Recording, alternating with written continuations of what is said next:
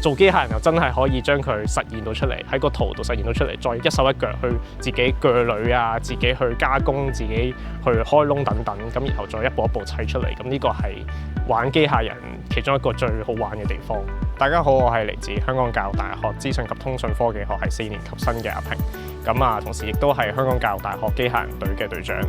咁另外我本身都有一間初創企業啦，就叫做Mechatronic 創機園教育咁樣嘅。咁啊，專注於 STEM 教育同埋機械人教育嘅。我本身喺中學嘅時候都對 ICT 呢一科特別感興趣啦。咁喺去 DSE 嘅時候都有一個好嘅成績，咁所以就會考慮即係會入嚟教大咁樣選擇呢個 ICT 老師嘅呢一個 program 咁樣。咁同埋本身我都係 through 校長推薦計劃入嚟，咁都會想就係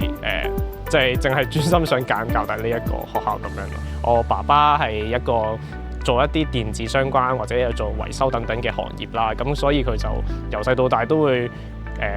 可能係耳濡目染底下，或者係灌輸到相關嘅一啲知識俾我，咁所以就令到我由細到大都會玩相關嘅嘢咁樣咯。咁啊，去到依家大學就有機會再玩深層次啲，或者係再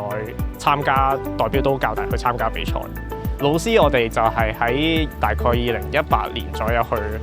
成立㗎啦，去到依家其實已經有5年，而嚟緊下一年咧就會係第6年啦。咁我喺上年 RoboCon 咧，我哋就係成功攞到一個叫做最具人氣大獎啦。咁而我個人名義就會攞到一個最熱血選手獎，因為始終咧我哋上堂學到嘅知識都係比較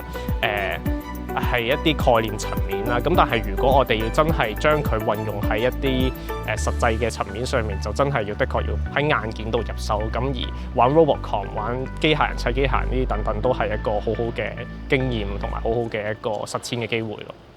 最緊要都係唔好驚話失敗，或者係驚有啲嘢學唔識，最緊要係嘗試多啲，咁呢個係最緊要咯。